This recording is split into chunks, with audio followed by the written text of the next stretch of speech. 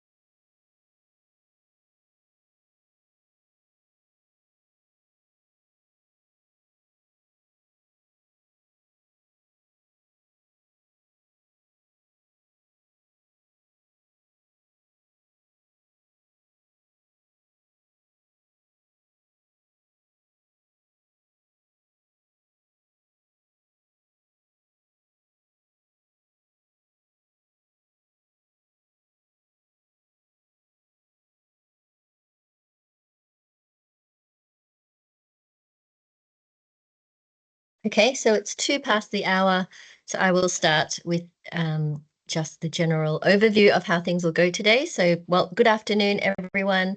Welcome to our seminars in aging. My name is Anita Go, and I am the Director of Social Gerontology at the National Aging Research Institute. So very good to see you. Welcome. And I would like to begin by acknowledging the traditional owners of the land on which each of us are meeting today. And for me, that is the lands of the Wurundjeri Woiwurrung people. And I would also like to acknowledge the traditional owners of the lands and waters across Australia. And again, acknowledging that we all might be coming to this meeting from different lands and waters and skies. I pay my respects to elders past and present and to all Aboriginal and Torres Strait Islander people, including members of the stolen generations. My next point is a little bit of housekeeping regarding MS Teams and this meeting we're having today, the seminar we're having today. The speaker and I would really like to make it very interactive and to ask questions.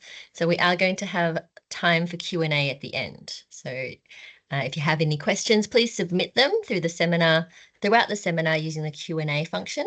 So that can be opened using the Q&A tab at the top of your screen. It looks like 2 speech bubbles and one of them has a question mark in it. So I will monitor that as well. And just be mindful that the chat function is turned off. So please use that Q&A. You're muted at the moment and your camera is turned off by default. But if you prefer during the Q&A to ask a question live and in person, please use your raise your hand function, which is at the meeting controls at the top of the screen as well. It looks like a hand, and we will allow you to unmute yourself and turn your camera on to ask your question.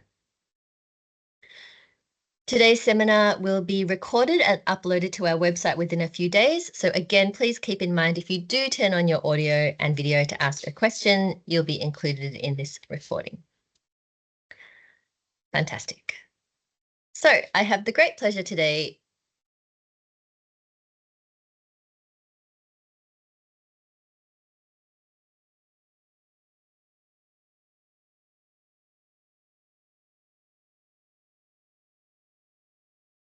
All right, starting again.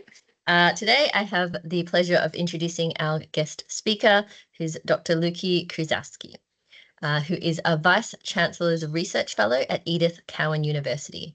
Director of the Rainbow Migrants Living Lab and researcher in residence at the GLBTI Rights in Aging. He combines participatory research with community-led practice to design inclusive, evidence-based interventions and support models for vulnerable groups, particularly LGBTIQA+ people, migrants, and older adults.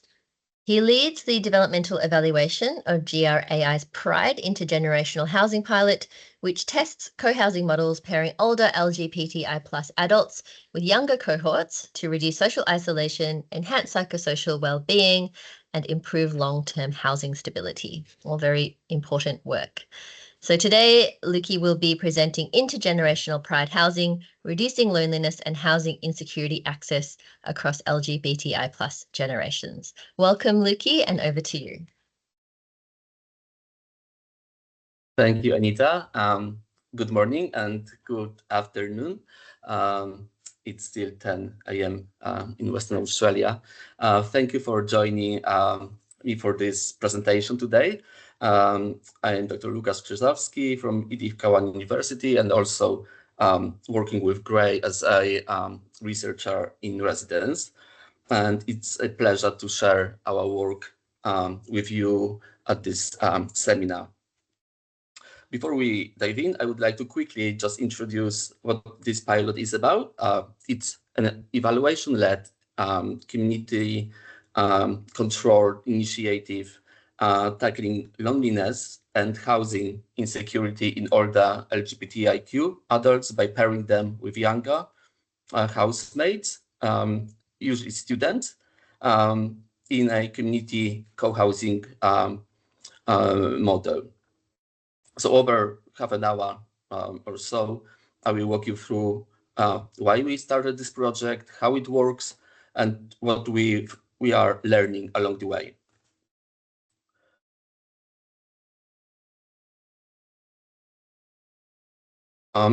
First, I would like to acknowledge the traditional owners of the land from which I'm joining this session. I'm speaking from Wajak Noongar land here in Western Australia, and I pay my respects to elders past and present. I also acknowledge any Aboriginal and Torres Strait Islander people attending today. So here is a quick roadmap for what I will cover today.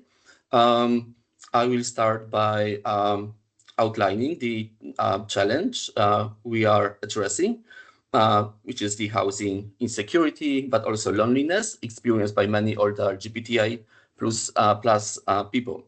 Then I will explain our response, why we believe an intergenerational co-housing model can help. I will describe the pilot aims, how it's structured, and our evaluation approach as we build this project with research in mind from the start. And I will also share early findings, challenges, and some ripple effects that the project has had kind of delivered beyond the immediate participants.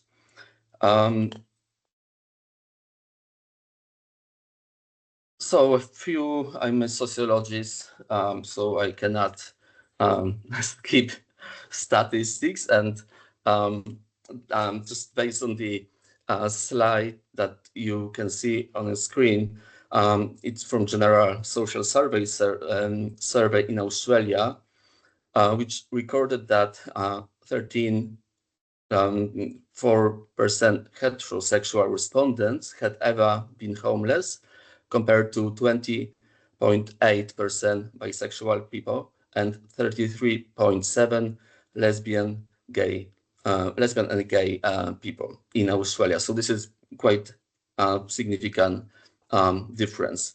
Some LGBTI people, especially younger LGBTIQ+ people, but also those who from multicultural backgrounds, refugees, queer migrants, that we at Rainbow Migrants Living Lab have been working with, they experience heightened levels of domestic violence, family rejection, and peer abuse when disclosing their sexual orientation or gender identity.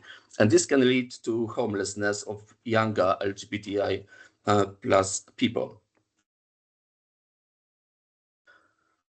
From I think the only nationwide survey, the Private Lives, this is from the 3rd edition of Private Lives.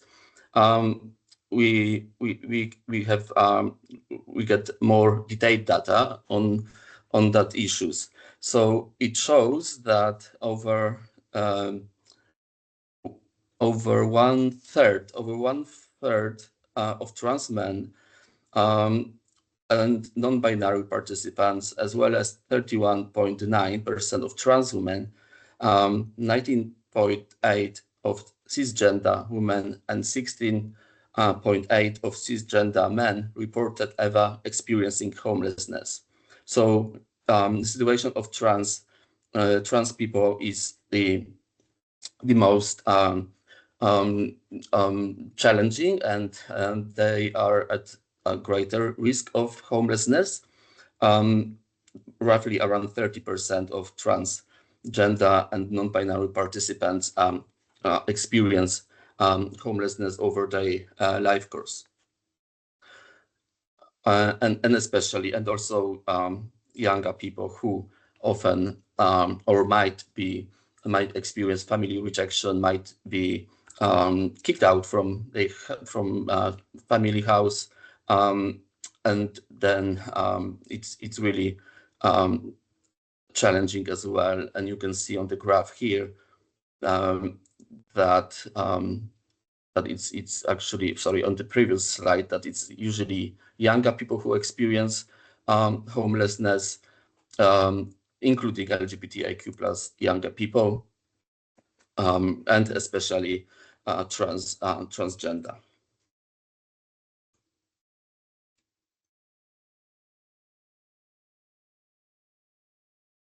Now,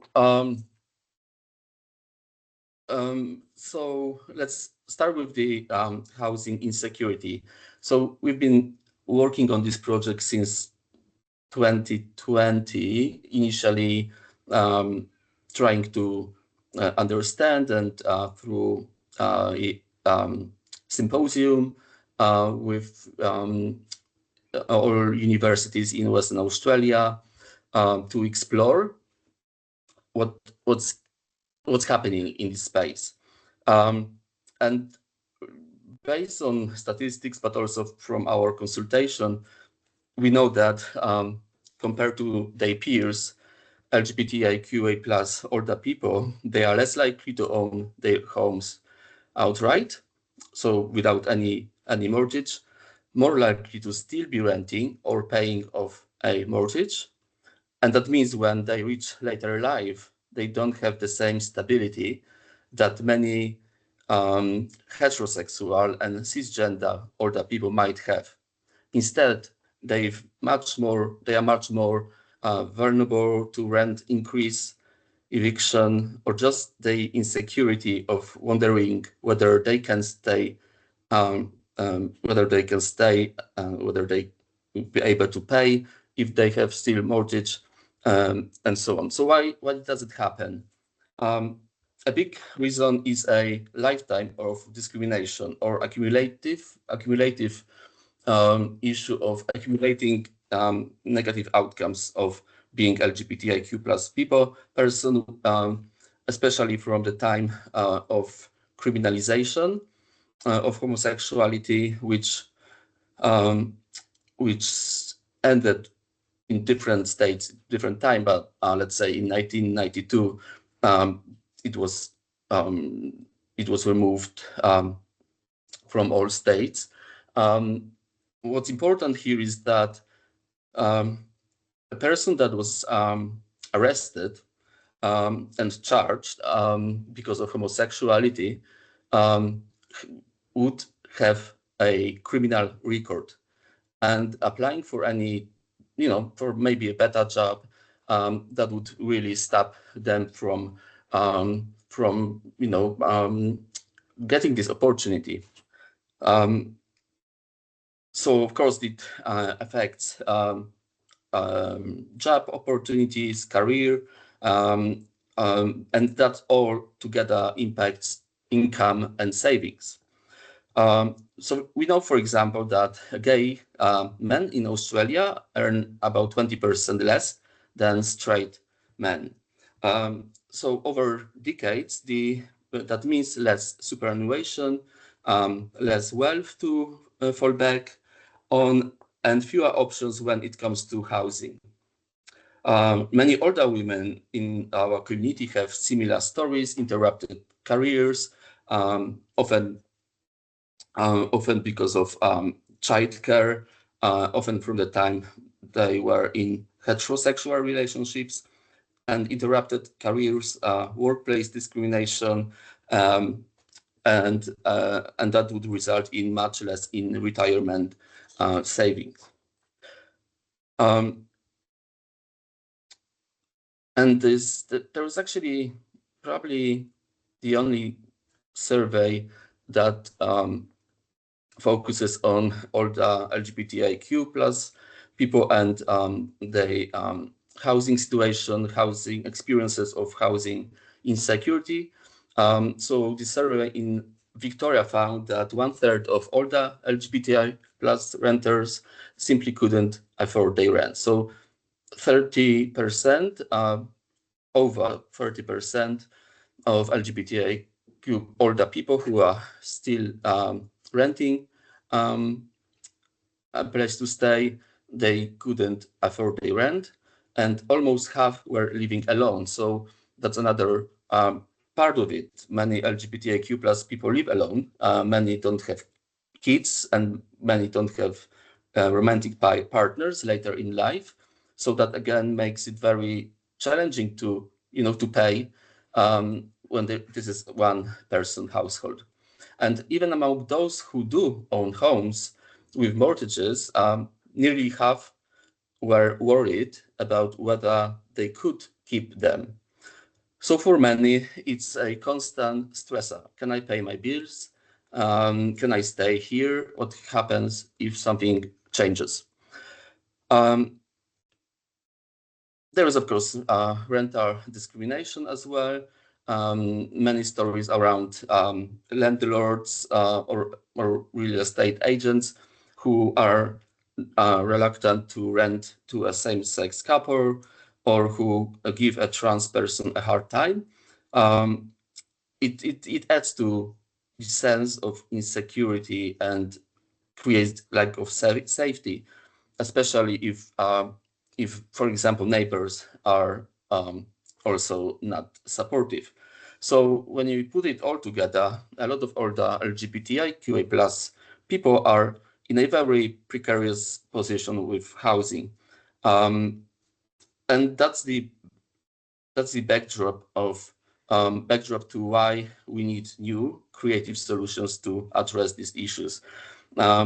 So that's what led us to pilot intergenerational housing model, because we are trying to address not only the housing itself, but also the additional effects like loneliness and social isolation that accompany the financial insecurity.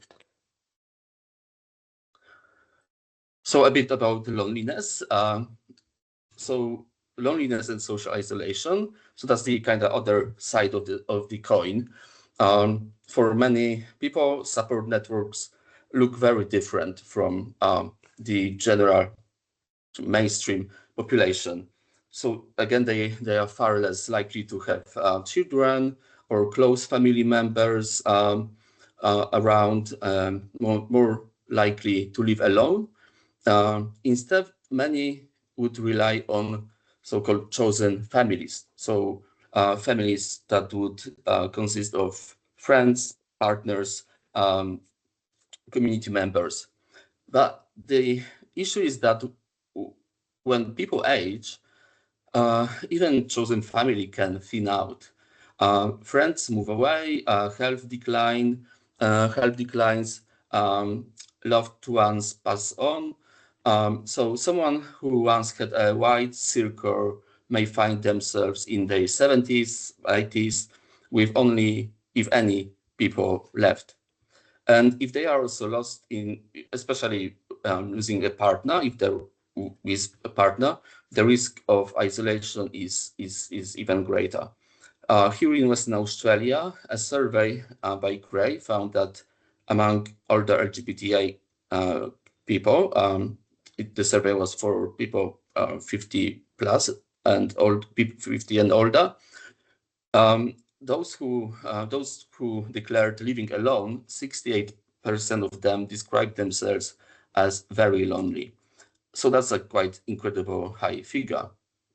So on the graph, you can see a summary in form of infographic and also a graph that shows how different in different groups, how they experience loneliness or social isolation. So couples, we can see that they would, or majority would declare low level of loneliness. So it's the green part of the graph.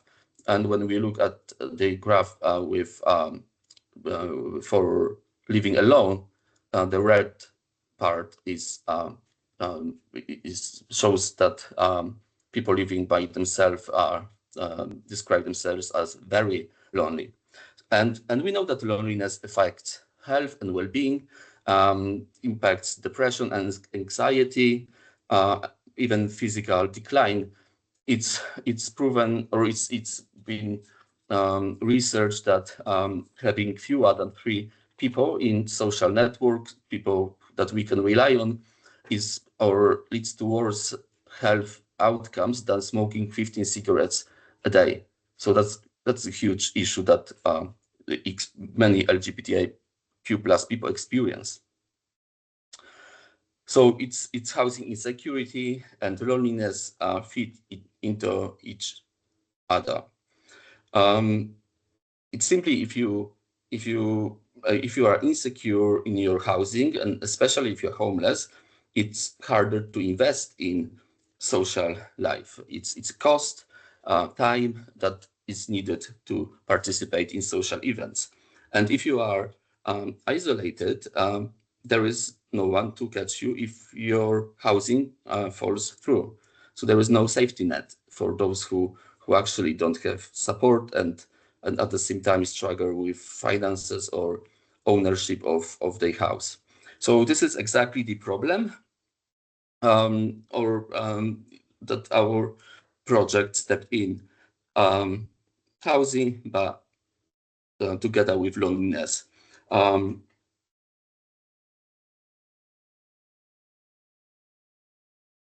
So this is a report. You can find this report on GRAI's website.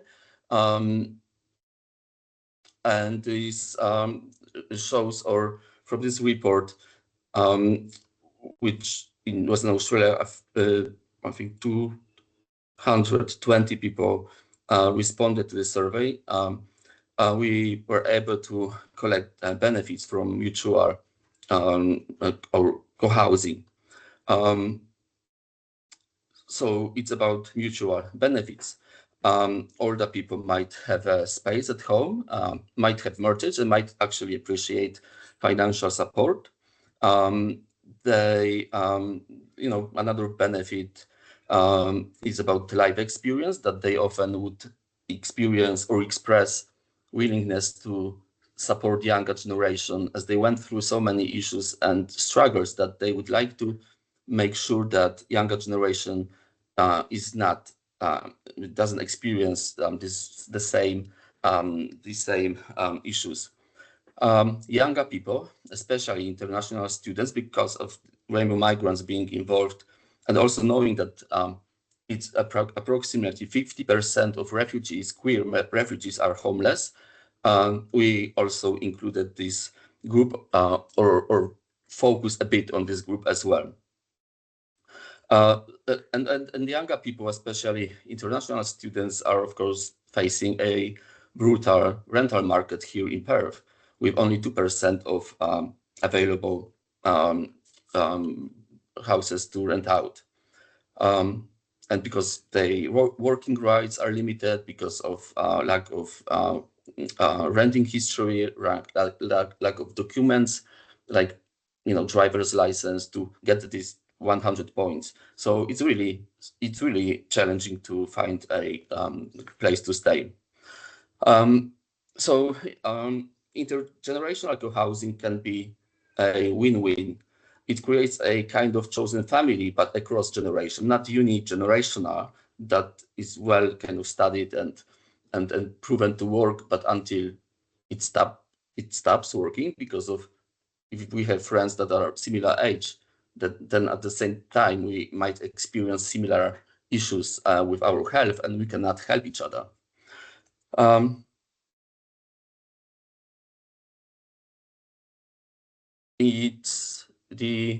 From the survey, we also know that nearly 70% of LGBT plus people over 50 wanted intergenerational engagement. So there is a big need to create an opportunity for generations to meet and support each other. And finally, the intergenerational co-housing model supports aging in place. So having a younger housemate who can help an older person stay in their own home longer, not through formal care, but through companionship and a little everyday support. So it's more preventive and relational, and it strengthens independence. So it's not really about formal care, of course, but the pilot is testing different options, like paying full rent, or maybe the rent is lower, but those expectations to, help with gardening. So we are testing this kind of models of exchange of acts of kindness.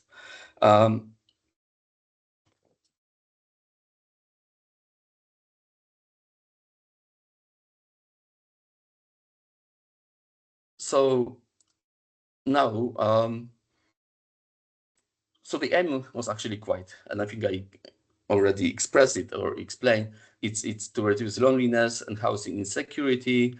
It's about improving access to safe, affordable housing, and in general, to understand systemic barriers in accessing safe housing.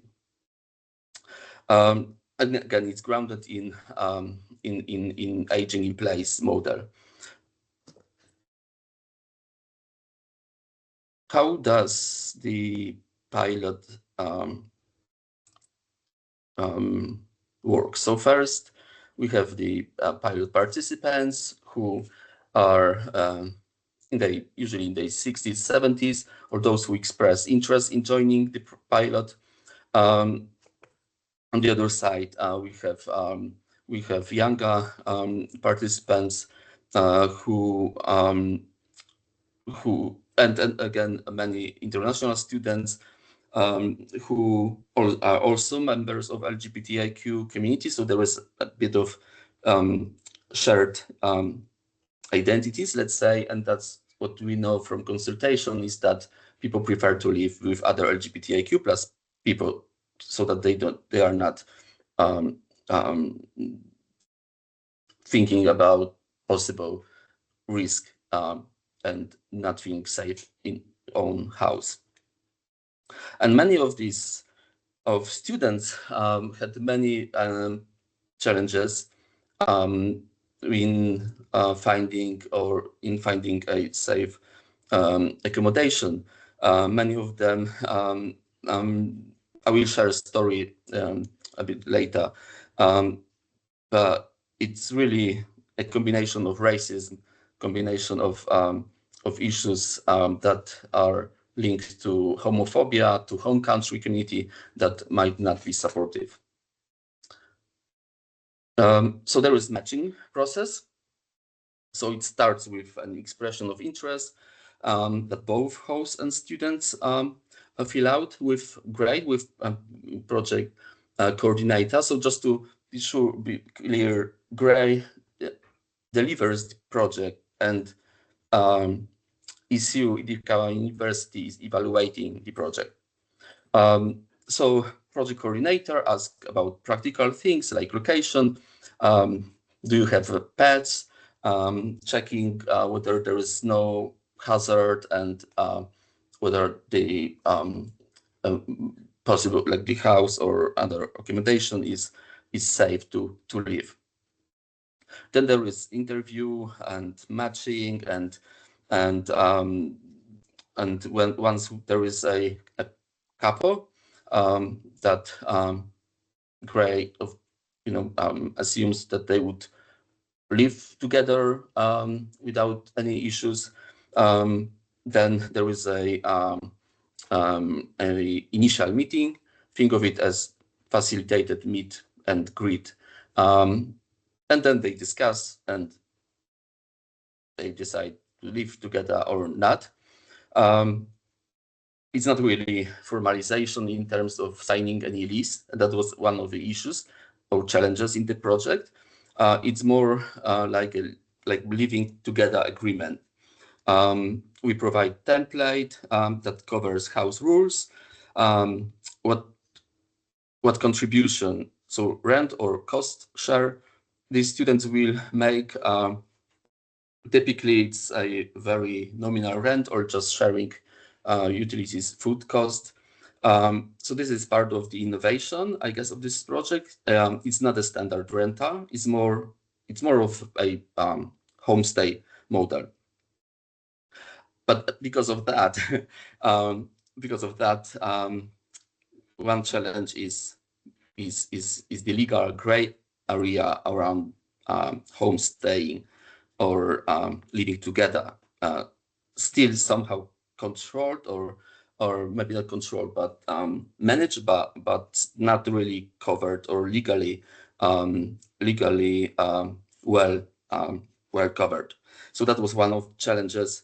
But of course, there was like many things that were in place to make sure people are safe. So different. Providing check-in calls or visits, especially at the beginning of the co-housing, in having a safeguarding plan. Both parties have the contact of someone to call if they feel unsafe or unhappy, and GRAI try to dissolve a match if it's really if it isn't working at all.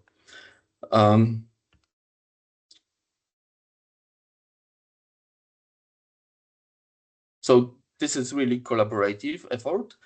From the start, we created a reference group because home sharing touches on housing, law, finances, insurance, aging, migration, and community belonging. So we brought together partners across these areas to support us and Western Australia universities to involve them and in recruitment, in promotion of the project.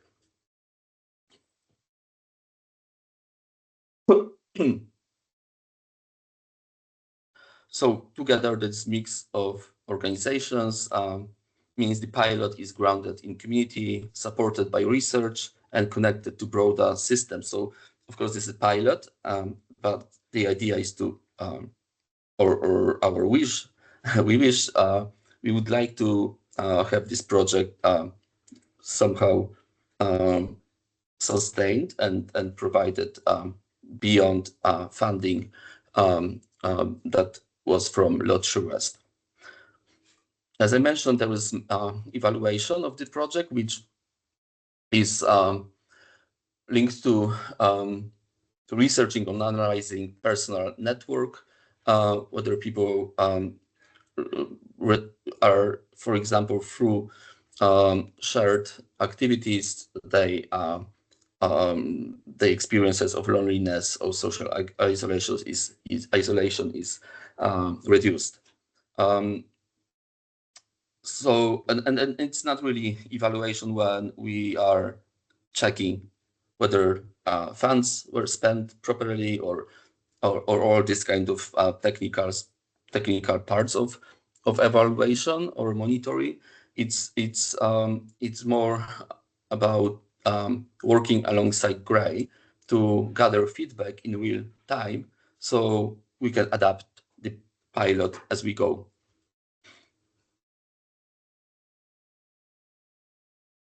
So very early outcomes. So there is this kind of issue with actually matching people together. However, in successful to match couples and actually many expression of interest and big interest in the pilot, we explore all these issues and motivation of people to live together. But in general, it gave many of the people, I mean, those who are co-housing, more joy. We would hear in many expression of interest that motivation is that to gain or gain sense of purpose. Mentoring, for example, that people would like to support younger people through mentoring, feeling useful again, navigate the health system. For example, if there is a migrant, this kind of service navigation and help that older person can provide the younger person. Younger housemates, so benefits definitely housing stability, as many came from unsafe or unstable situations. In 70 countries, homosexuality is still criminalized, including 11 countries where death penalty is in place.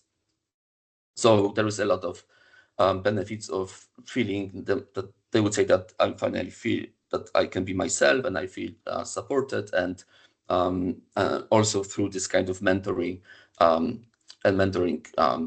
parts of the project. Of course, shared benefits and really stories about stereotypes, how people change their opinion, vision about the other generation. And case study, so is a person that that arrived as an international student. I will call him Ali. He's a gay man in his early 20s who came to Perth. And before joining the pilot, Ali had a quite difficult time. Over 6 months, lived in 4 different accommodation, together with home country community. From home country, a country where homosexuality is criminalized, with 20 years of imprisonment. So being in home country community, living with people from home country, it was actually, there was not much difference. There was still the need or fear about not even like own safety, but also family members back home through gossips. So it's very complex, and I would love to go through that, but we don't have time. Including in another place where this person decided, no, actually, this is Australia. Okay, these are people from my country, but I don't need to worry about police that would be, called and they would do something with me. But there was this push towards conversion therapy and providing housing, but only if conversion therapy, if Ali would be interested.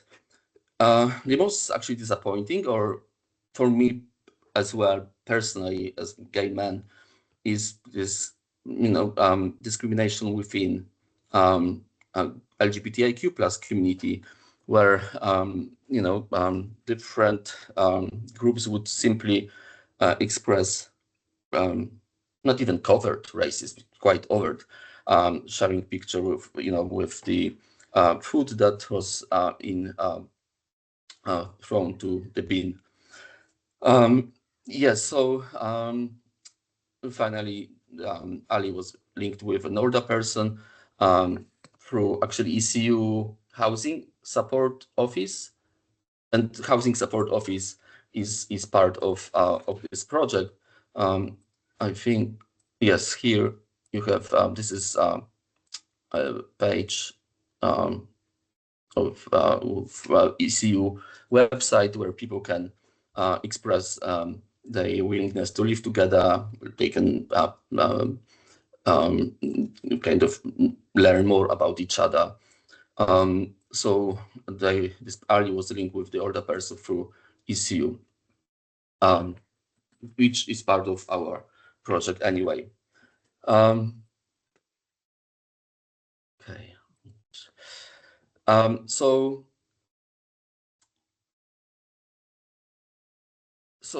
what we discovered, or we were able to find out, is about systemic gaps. So policy blind spots, housing, aging, and LGBTIQ policies often sit in silos, and people at the intersection, like all the queer migrants, fall through cracks.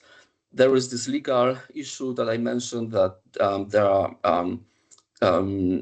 it's not tenancy law, boarders and lodgers have limited protection, which makes both hosts and students might make them feel vulnerable. There's also might be also tax and insurance consequences. Then, of course, housing market itself, with rental vacancies under 2%, and limited affordable housing opportunities.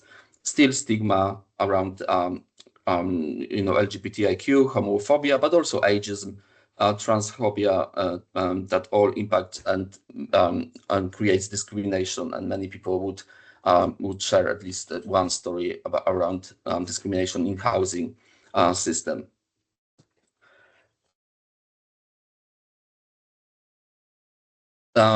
We encountered many or few challenges. I will just describe quickly. So trust before paperwork. So early on, we realized that formal agreements were too much and too soon. It was simply too institutionalized, and what was really needed was to match people so that they can initially informally meet and discuss the expectations and opportunities living together. So now we start with casual meetups, and then move on to agreements. Admin and tech barriers. So again, this is about forms which often would be available online. Many documents to protect people, but it would be also considered as too much hassle. There is need for support around the housing, so regular check-ins, mediation, and extra help when issues arise.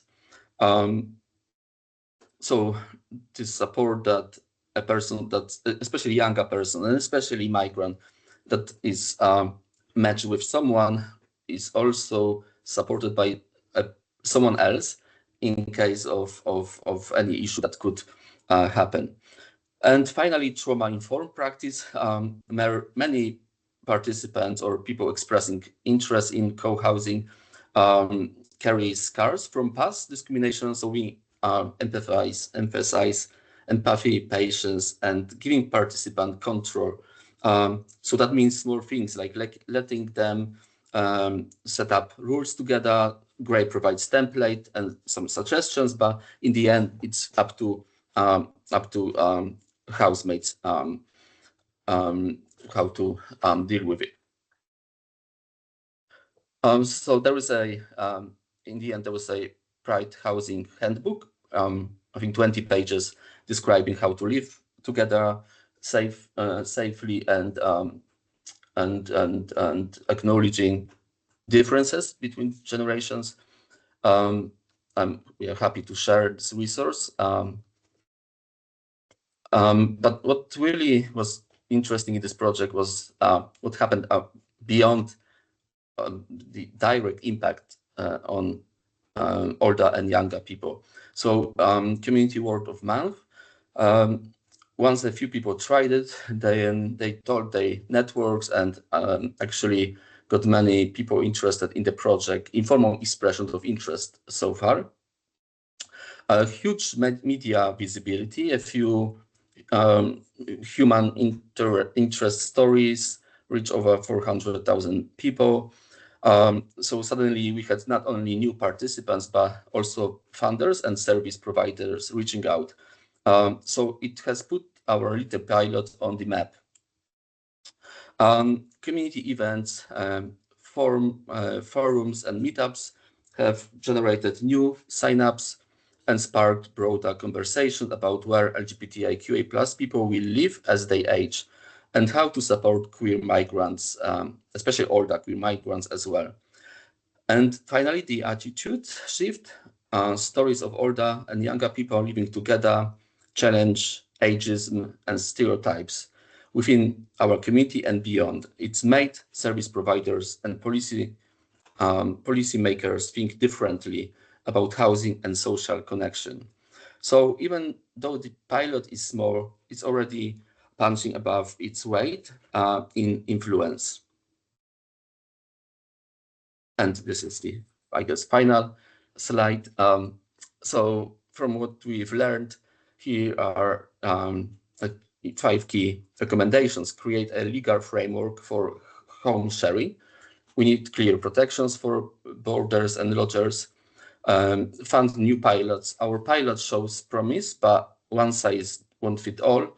And governments and funders should support small, flexible, test and learn kind of pilots in different communities. Make intergenerational housing mainstream. Aging in place strategies should include co-housing as a recognized option alongside home care and seniors housing. Tackle stigma, public campaigns against ageism, plus more intergenerational programs, which could help normalize and build support for these models.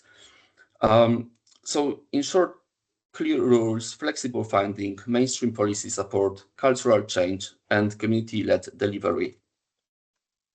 And so the next step is about scaling up the pilot. GRAI is working on creating a service based on the pilot that would be provided beyond the funding period to complete evaluation and finalize toolkit and knowledge and to share these resources with communities, institutions. So stepping back, the bigger lesson is that inclusive intergenerational housing can be a real tool for aging in place. It addresses both housing insecurity and loneliness while building community in the process. The Pride Intergenerational Housing pilot shows that when we connect people across generations with trust, empathy, and support, we don't just provide housing, we create homes. And that's what helps people age with dignity and belonging. Thank you for listening, and I'm happy to answer your questions. Maybe I will. Great, thank you very much, Luki. We do have some time for Q&A.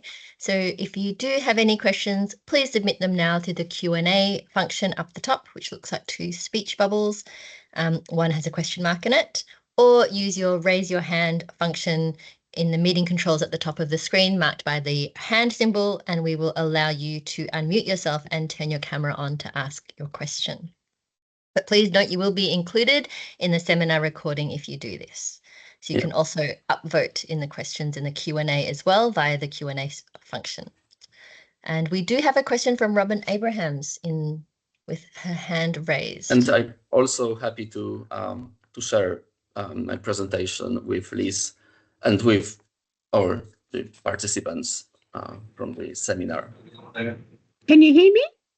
Yes, Robin, hello. Yes. Hello, everybody. Thank you very much for your presentation, and apologies for being a bit late. I'm always hopeless with IT getting in. You did speak a bit about programs and things online, etc. I'll make the generalised comment that that's not always helpful. But more broadly, where to from here? What should we be doing? What should I be talking to my older cohort, my LGBTQI cohort, if that's what needs to be talked to help with this loneliness and homelessness and etc.? Is there a strategy? With this strategy, it's very complex because of the legal issue and lack of legal protection. So that's really challenging, and many people, especially those with mortgage and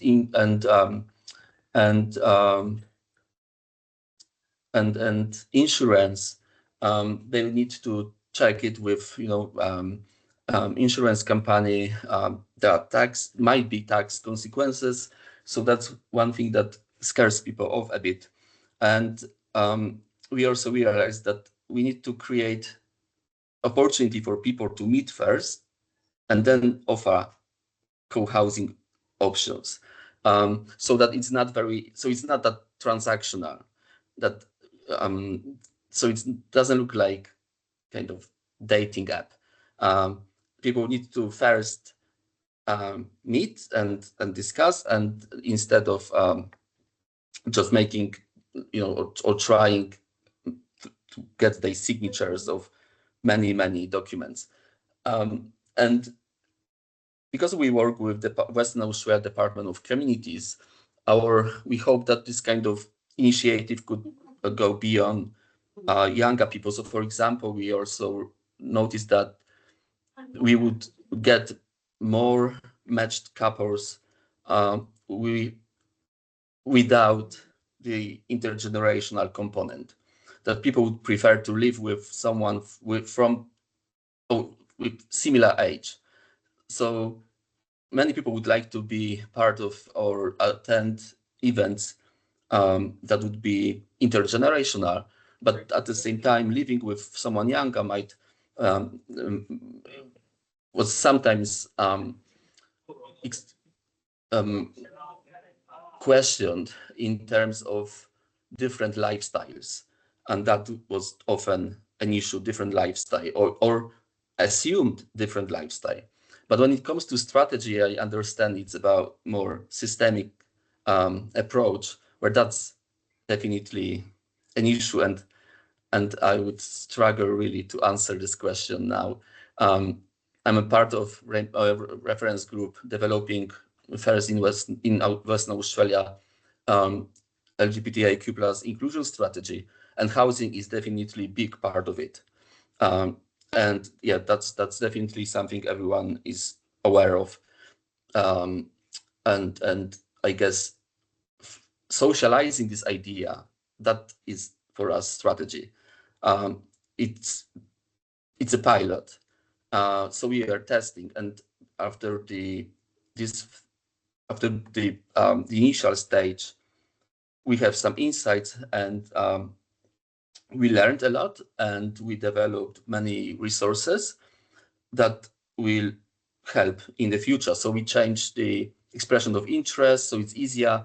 So I guess it's about promoting this kind of options that help both groups, but it's not traditional. It's not well known. There is one similar initiative in Germany, and there is one similar project in the US. So it's really new thing that needs to be we need time to really promote it. Thanks, Luki. Can I suggest, is there a one-page pamphlet that could go to general practitioners or primary health carers or to organisations? I'm the Vice President of Post Polio Victoria, And I'm here basically representing Yes. disabled ladies who are the fastest growing homeless, that we could circulate. I mean, you've spoken an enormous amount of sense, but it's enormous. I want one page that I can give to people to say, go here, a calling card. We do. Yeah, we do. So there is a one-page thing somewhere. Okay, yeah. So if you could put that up somewhere so I can get that and I'll circulate that, that would be great. Thank you. Yeah, sure. Yes. Thanks, Robin. Always excellent questions and suggestions for real-life impact. Thank you. We have a question from Tracy in the Q&A, our Executive Director at NARI, about how do you see this being able to be implemented in other states, Lukey?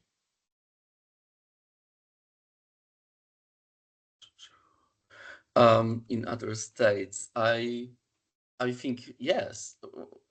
I guess we applied for funding to Lottery West, which support community building, community development, and they were really interested and supportive. And I guess the opportunities in other states as well to trial, but that's the thing. It would need to be trial, or that would need to. It needs to be pilot, because Western Australia and Perth, it's a bit different to Sydney or Melbourne, for example. So I guess one issue that students or younger people were pointing at was distance. So someone without a car, and that would be housing opportunity, but that would be, I don't know, 25, 30 kilometers from uni. So and not really close to a train station. So I guess distance, it's a bit in Perth, I guess, a bit challenging to do it. But yes, absolutely, I think that's possible. Great. So we've got a minute. Liz, if you want to unmute and ask your question. So Lucas, can you get to Liz and the Q&A in the chat in the next few minutes? So Liz, I think you're unmuted.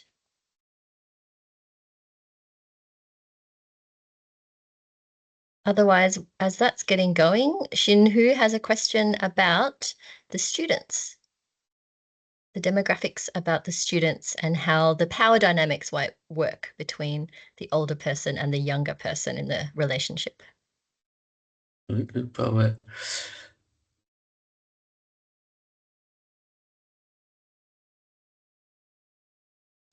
Yeah, so that's actually not personal, but I feel like there was this kind of understanding of older people who experienced criminalization in the past, and students, international students who are from countries where criminalization is still happening. And I think that's something that people can relate, and of course there are issues around cultural differences, but in that particular case of international student that I shared, it was actually turned into teaching each other, for example, how to cook something from other country, but at the same time, older person would be like a cultural mentor or navigator. So actually, there is power dynamic, but this dynamic works for those people because of shared interest and because of seeing this kind of benefits for both sides. And again, the older person in expression of interest is almost everywhere. This kind of need to support younger people, the sense of purpose. This is really important here, that it's not necessarily only about housing and someone would be interested in renting out a room and get additional funds. And of course, GRAI is making sure that there is no conflicts or tries to resolve conflicts. So of course there is power dynamic and so on, but it's often turned into mutual learning opportunities. Thanks, Lukey. I think we're having some technical difficulties with Liz. We are out of time, so please everyone join hands and clap reactions for Dr. Krzyzowski. Thank you very much for presenting for us today for the seminars in aging. Thank you so much. Next month, we have Ella Cooper, who's an exercise physiologist who will present on the strength, training, rehabilitation and outreach needs in geriatric medicine. So please join us on Tuesday, October the 14th from 12 to 1 p.m. And thank you for attending the Seminars in Aging series. Take care. Thank you.